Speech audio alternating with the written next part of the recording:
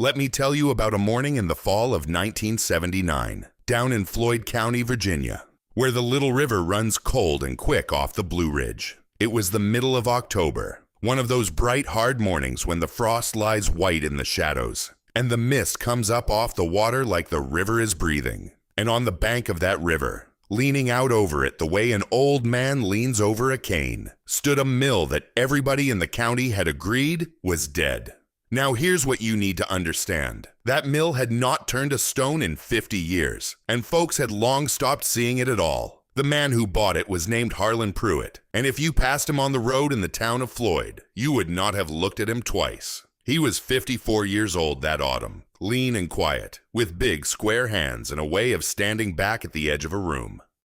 For 31 years he had planned boards at the furniture plant over in Galax, feeding oak and cherry through the machines until his ears rang. And in all those years, the men on the line would tell you they had never once heard Harlan Pruitt string more than 10 words together at a time. He was not slow. He was just a man who kept the most of himself on the inside, where nobody could get at it. His wife Della had died 2 winters before, of a thing in her blood that came on fast and took her faster. And after that, the house they had shared out on the ridge got very large and very still. Harlan kept it clean. He kept her chair by the window and her Bible on the sill, and he ate his supper standing up at the counter because sitting down at the table across from an empty place was more than a quiet man could stand. That is the man we are talking about. Not a dreamer, not a fool, whatever they came to call him. Just a widower with careful hands and a hole in him where a person used to be. Now the old mill on the Little River had belonged once to a family named Rennick, back before the First War, when there were better than a dozen watermills turning on the creeks of that one county alone. Farmers had brought their corn down out of the hollows on mule sleds and gone home with meal, and the mill had been the beating heart of that whole stretch of river. But the roller mills in the cities had come, and the paved roads, and the sacks of white store meal cheaper than a man could grind his own. And one by one the watermills had gone silent. The Rennick mill ground its last corn somewhere around 1929, and then just stood there and rotted for 50 years. The roof had fallen in over the west end. The great wheel had gone soft and black, half its bucket sprung, rotted down to a dark ring against the wall like the ghost of a wheel. Copperheads denned in the wheel pit. Children dared each other to go inside and came out white. And in October of 1979, Harlan Pruitt walked into the courthouse in Floyd and paid $2,200 cash for that ruin and the 4 acres of riverbank it stood on. I want you to sit with what that money was. It was not spare money.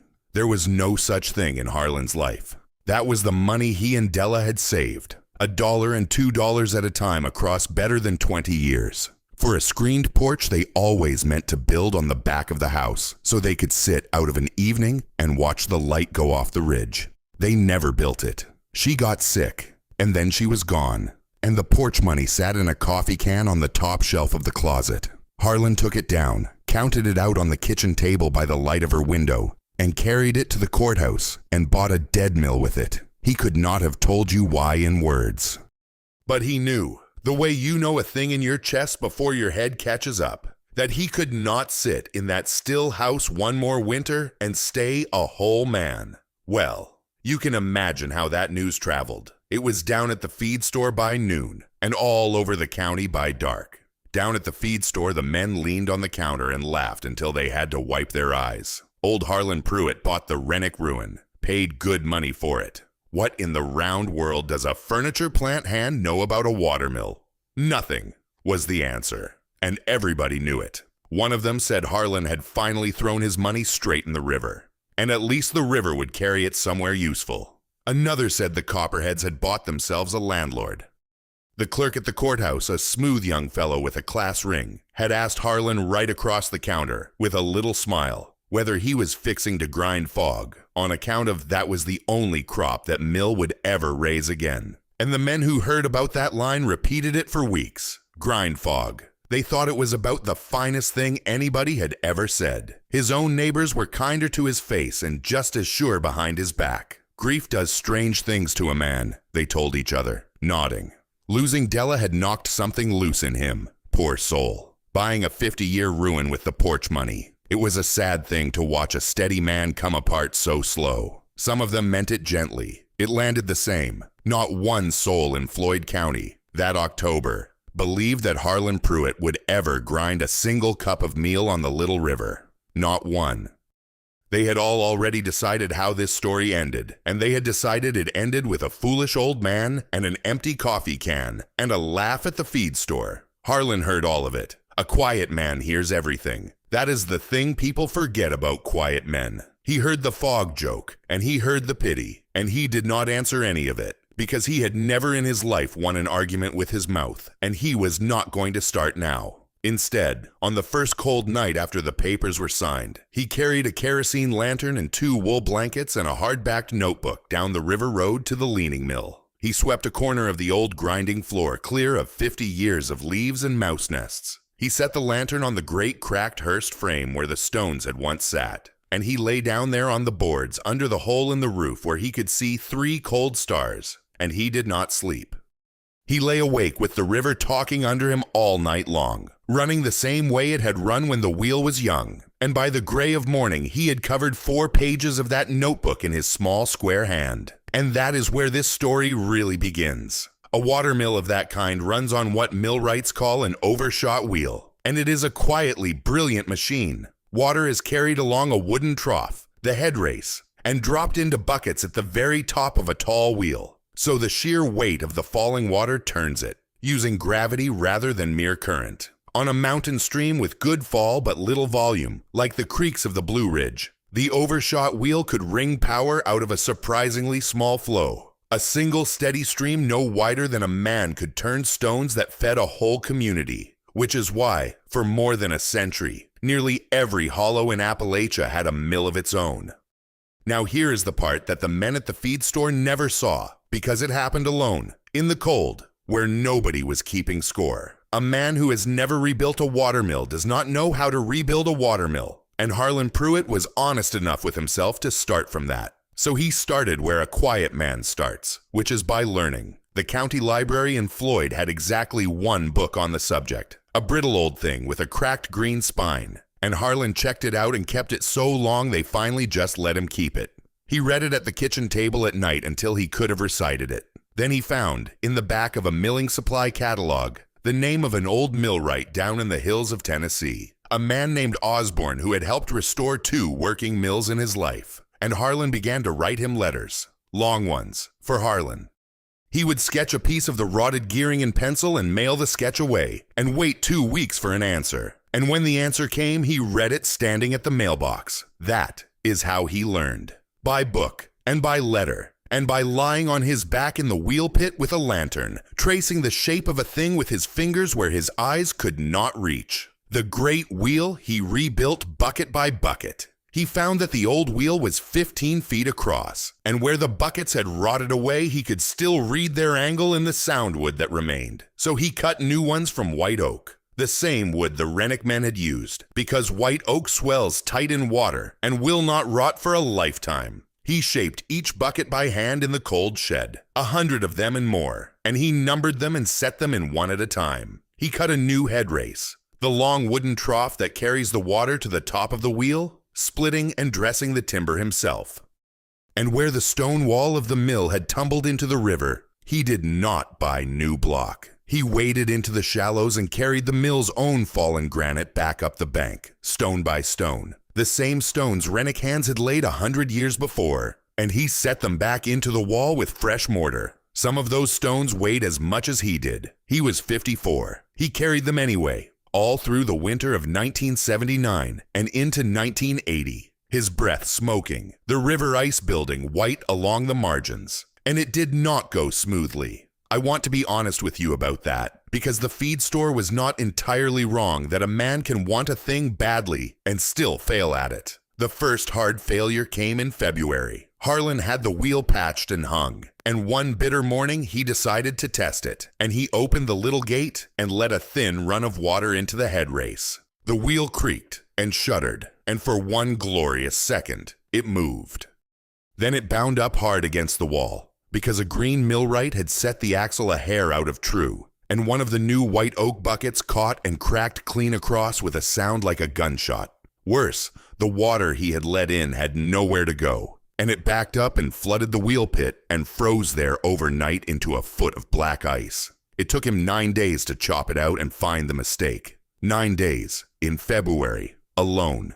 The second failure was quieter and cut deeper.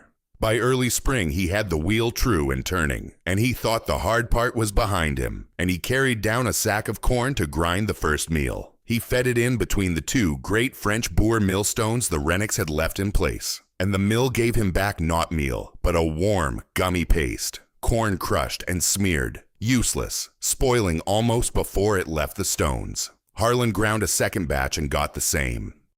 He stood in the mill with paste on his hands and no idea on earth what he had done wrong. And for the first time since the courthouse, he felt the whole thing sliding away from him. And he sat down on the meal chest and put his head in his hands. The town, meanwhile, was enjoying itself. Word of every stumble crossed the county the way word of trouble always does. Faster than word of anything good. When they heard about the cracked bucket and the flooded pit, they laughed. When they heard he had ground a batch of paste, they laughed harder. Somebody down at the feed store gave him a name, and it stuck the way cruel names stick. Miller Fogg. Harlan Pruitt, the Miller of Fogg. They kept a running bet on the counter, a coffee can with folded slips of paper in it. And each slip named the month a man figured Harlan would give up and put the ruin up for sale. Most of the slips said spring. A few said he was too stubborn and stupid to quit before fall.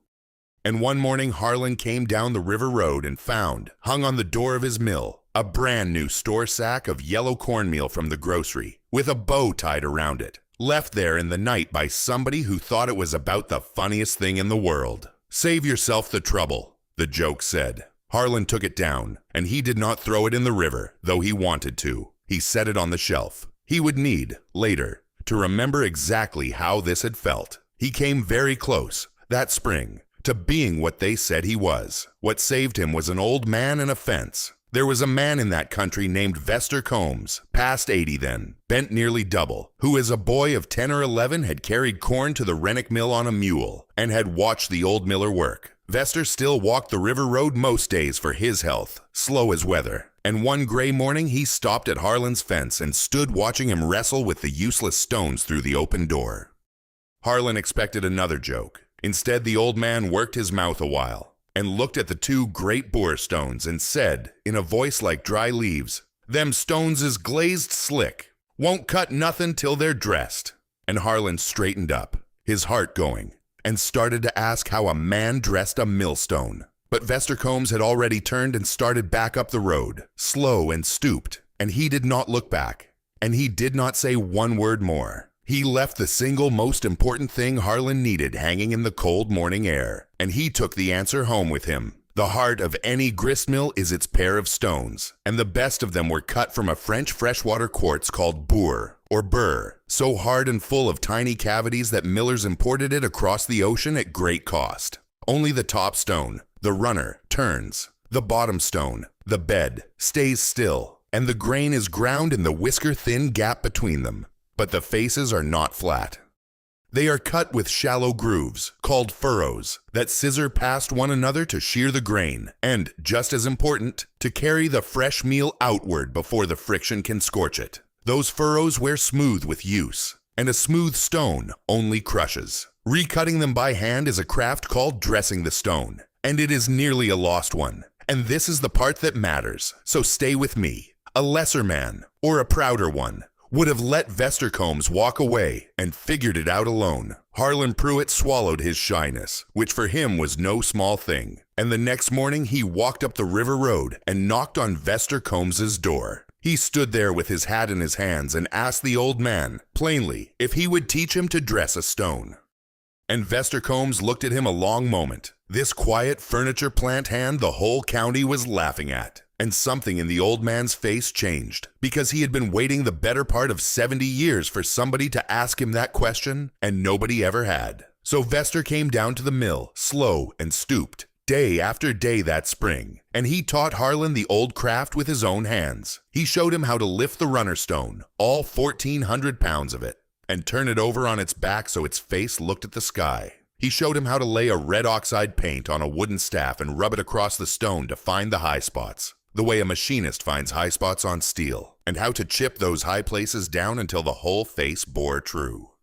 He put a mill bill in Harlan's hand, a short double-pointed steel pick, and taught him the swing of it, how to recut each furrow so it sheared clean and carried the meal outward, and how a stone must be freshened just so, not too deep, not too shallow. Harlan's hands bled the first week. The steel dust worked into his knuckles and would not wash out, the mark the old millers all carried and used to call showing their mettle. He did not complain. He would come home black with grit, and lie awake going over each cut in his mind, and go back in the morning and do it better. Vester taught him the rest of it too, the fine and secret parts that no library book holds. He taught him to balance the runner stone so it rode dead level and did not chatter. He taught him the tentering, which is the art of setting the exact gap between the stones, so fine that the two great faces very nearly kiss, but never quite touch, close enough to shear the corn, and open enough that they never grind stone on stone. A hair too close and the stones heat and spark. A hair too far, and you are back to paste. There is no gauge for it. You learn it by the sound and the feel and the smell of the meal. And Vester had it in his old hands, and he poured it, while there was still time, into Harlan's. And together they rebuilt the wooden hopper up above, and the little shaking trough called the shoe that feeds the grain down onto the stones a few kernels at a time, tapped along by a piece of wood the old millers with their rough humor had always called the damsel, because it clattered and never stopped talking. And then came the morning. It was the middle of May, in 1980, one of those soft green mornings in the Blue Ridge when the whole mountain is leafing out, and the river runs full and clear off the last of the spring rains. Harlan had been at it by then, a little better than 7 months. Vester Combs stood inside the mill with his hat on, saying nothing. Harlan walked out to the head gate at the top of the race, and he took hold of the lever, and he stood there one long moment with his hand on it. Then he lifted the gate. The little river came down the head race in a bright cold rope of water, and it fell into the white oak buckets at the top of the wheel. And the whole 15 feet of it groaned, and hung, and then began to turn. It turned slow, and then it turned steady, the water thundering into the buckets and pouring out the bottom, the great shaft creaking as the wooden gears took hold below and spun the stone up to speed. It had not turned in 50 years. Now it turned, and the whole building came alive around it, humming in every timber, and the runner stone spun true and level with a deep, clean sound like a note held on an organ. Harlan climbed up and poured the first corn into the hopper. It was Hickory King, a tall, old white dent corn that mountain people had grown for generations, hard and dry and pearly. He watched the shoe shake the kernels down into the eye of the stone, and he listened, the way Vester had taught him, and he made one small turn of the tentering screw. And then, out of the wooden spout at the base of the stones, the first meal in half a century began to run. It came out warm and soft and white as new snow, sweet-smelling, and it filled the bin and mounded up and kept coming. Stone-ground white cornmeal, ground on the little river, the way it had not been ground since before the Depression. Harlan Pruitt reached out and let it run through his fingers, and then his legs went out from under him, and he sat down in the meal dust on the floor of that mill and could not say a word. 2 years of the empty house, and the porch money in the coffee can, and the whole county laughing, and all of it came up in him at once, and the quiet man just sat there and shook. Vester Combs took off his hat. The old man dipped his hand in the warm meal and tasted it, ground a little between his back teeth the way he had as a boy, and he nodded slow, and his eyes were wet, and he said, "That's it. That's the old taste. I never thought to have it again." And that was the whole of what he said, and it was worth more to Harlan than anything the feed store ever knew how to give. Now there had been 2 or 3 neighbors who had drifted down that morning, drawn by the sound, mostly hoping, if I am honest, to watch the fool fail one more time. And they stood in the doorway, and they did not laugh. They could not. They stood and they listened to the stones singing and the water thundering, and they watched the white meal pour, and one by one they took their hands out of their pockets and just stood there, quiet, in the presence of a thing they had been dead certain could not be done. Nobody said grind fog. Nobody said miller fog. There is a particular kind of silence that falls on people who have laughed at a man and just watched him turn out to be right. And it fell on that doorway in the fall of that green May morning, and it was very, very quiet. By that afternoon, the news was climbing back out of the river bottom the same way it had come down, only turned all the way around. The dead rennock mill is turning. Harlan Pruitt ground real meal. You can smell it from the road. And by that Saturday, there was a line of pickup trucks parked nose to tail along the river road, farther than a man could see. And every soul in them had come down to the water to find out for themselves whether the thing they had all been laughing at for 7 months was true. There is a reason people who have tasted true stone ground meal will drive miles for it. A stone mill grinds slow and cool and crushes the whole kernel, germ and all, so the meal keeps the corn's natural oil and its full sweet flavor. The big steel roller mills that replace the old water mills run fast and hot and sift the oily germ away, because the oil turns rancid on a grocery shelf, and what is left is a fine, even powder that lasts for months and tastes of almost nothing. Stone ground meal does not keep as long. That is exactly the price of everything the roller mill throws away. Now let me tell you how it went for Harlan Pruitt after that, because the turning of the wheel was not the end of the story. It was only the place where the county finally caught up to him. That first Saturday, with the trucks lined nose to tail along the river road, Harlan did the only thing he knew how to do. He ground corn. He worked from before light until after dark, and he ground every sack they brought him. And the mill hummed and sang, and the white meal poured, and the smell of it hung over the whole river bottom, sweet as anything you ever knew. And it did not stop with the county. Word of that kind travels. Within a year, there were families driving down out of Roanoke on a Saturday morning, an hour and more over the mountain, and folks who had come across the Blue Ridge Parkway on a Sunday drive and smelled the meal on the wind and followed their noses down to the water. They came for stone ground cornmeal the way their grandparents had, and they stood in line on the riverbank to get it. And Harlan Pruitt, who the whole county had called the Miller of Fog, could not grind it fast enough. He did it the old way, too. A man who had corn of his own to grind. Harlan ground for a toll, keeping back a small measure of the meal as his pay instead of charging coin. The same toll the rennock millers had taken 100 years before. It was honest, and it was old, and people loved it. The toll chest filled, and Harlan sold the toll meal off the shelf in plain muslin sacks with no label but the date, and there was always a line for it. And here is where I have to tell you about the men from the feed store, because a story like this one owes you that. They came. Of course they came. The same men who had leaned on that counter and laughed until they cried, who had run a betting can on the month he would quit, who had hung a store sack on his door with a bow around it as a joke. They came down the river road one at a time, and they got in the line with everybody else. And they bought their meal. Not one of them could look him quite in the eye at first.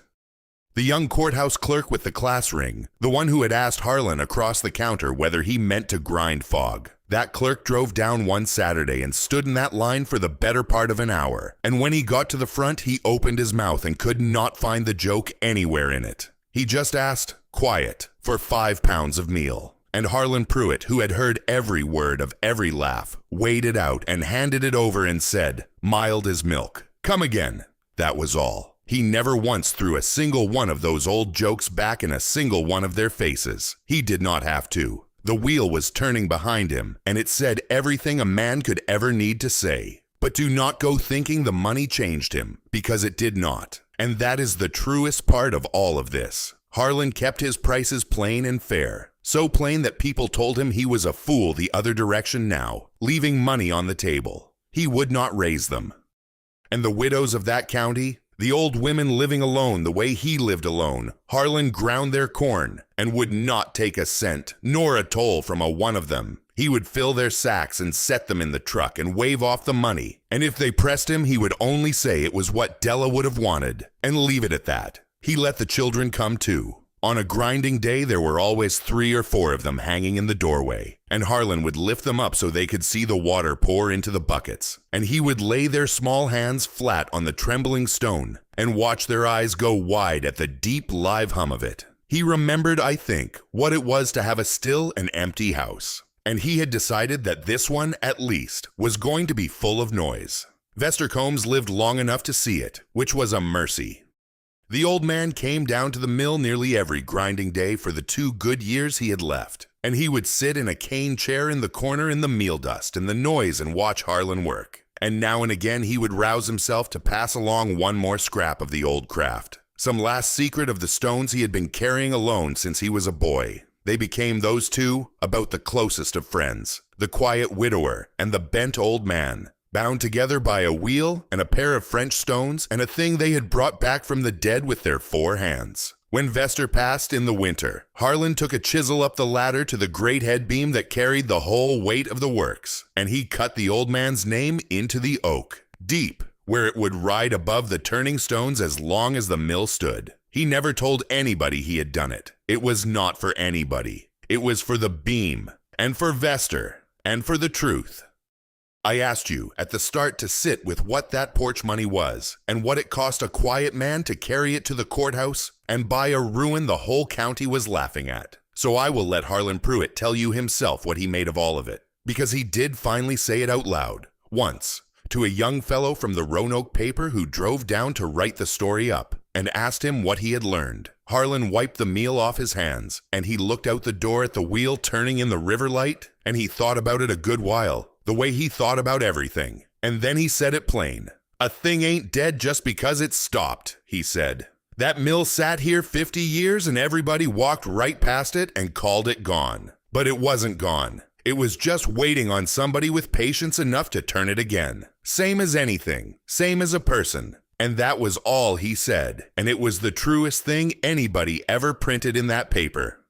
If you go down to the little river below the town of Floyd today, the wheel is still turning, but that is not the thing I want to leave you with. Up in the mill, on the wide sill of the little window that looks out over the water, there sits a small muslin sack of cornmeal, gray now and hard and dry as a stone, because it has sat there a very long time. It is the first sack of meal Harlan Pruitt ever ground, from that green morning in May, and he never sold it, and he never would. There is a date on it in pencil in his small square hand, faded now nearly to nothing, and it sits there in the light with the great wheel turning behind it, saying not one word, and it does not need to. In the old days, a working gristmill was the true center of a mountain community, more than the church and more than the store. It was where people met and traded news while they waited on their turn at the stones, where the whole neighborhood's bread began, where a boy learned the shape of the world. When the mills fell silent, the communities lost more than a way to grind corn. They lost their common gathering place. That is why all across Appalachia, the few old mills that have been brought back to life draw people from so far away. Folks are not only driving for the meal, they are driving for the thing the mill used to be.